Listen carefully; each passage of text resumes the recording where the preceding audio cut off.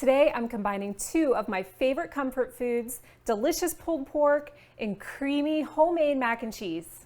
A special thanks to Ohio Pork for sponsoring this recipe for us today. Your family is going to love it. Let's get started.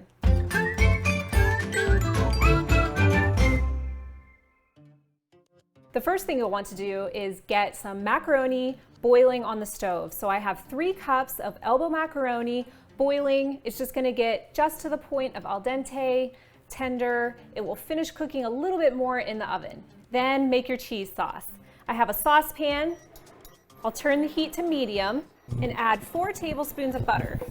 Let that butter melt down, and then I'll turn the heat down to low, and then add in 1/4 of a cup of all-purpose flour, 1 teaspoon of salt, and 1 teaspoon of sugar. And then whisk that together until you get a smooth white sauce. It won't take long at all for that flour to just melt into that butter. And once it does, go ahead and add 2 cups of milk. And you'll want to slowly drizzle this in, whisking the entire time so you don't end up with any clumps.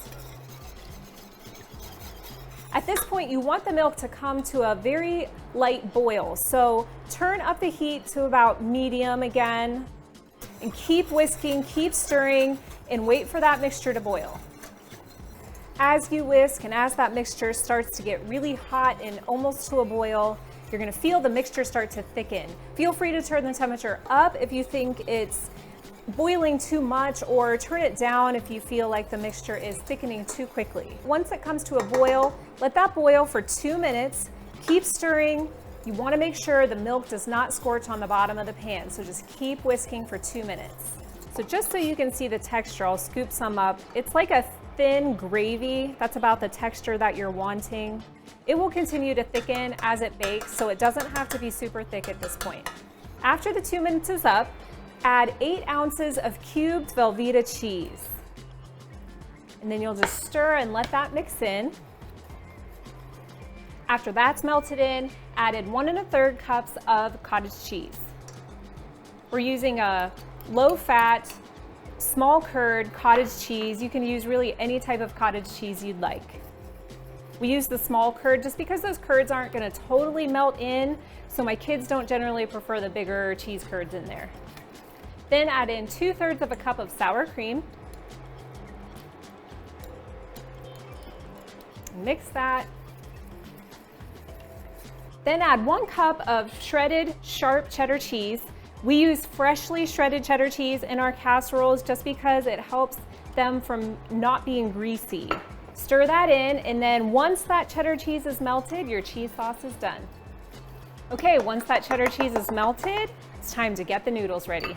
I have a 9x13 casserole pan. Now this is a little bit bigger of a 9x13 pan. It has tall sides. If you use a regular style 9x13 glass cake pan, your pan will be very full. So just know that in advance. If you have one that's a little bit bigger, more for casseroles, it will work beautifully. So I have the 3 cups of cooked macaroni noodles. This is 3 cups when it's dry, so it ends up being a little bit more after. Pour that all in. Shake that a little bit. Then I'll pour the cheese sauce over top.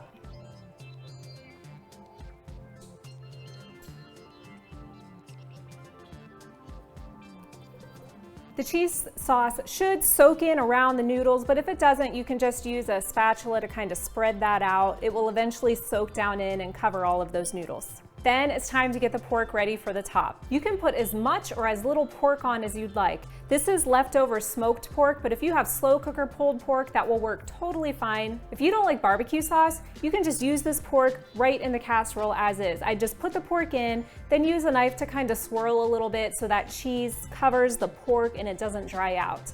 But we love barbecue sauce. We have 1 1/4 cups of barbecue sauce, 4 cups of shredded pork.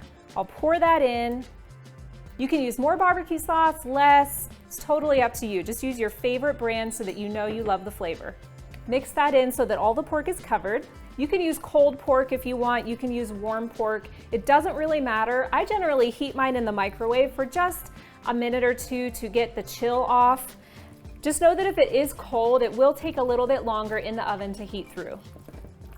Once it's coated, take a big spoon and just dollop the pork right on top. I usually leave a little bit of a border around the edge. You can do it really however you'd like. Then finally, when the pork is all on there, add 1 more cup of freshly shredded cheddar cheese to the top. I have the oven preheated to 350 degrees Fahrenheit. You'll take a piece of foil, cover the casserole, and bake for 20 minutes.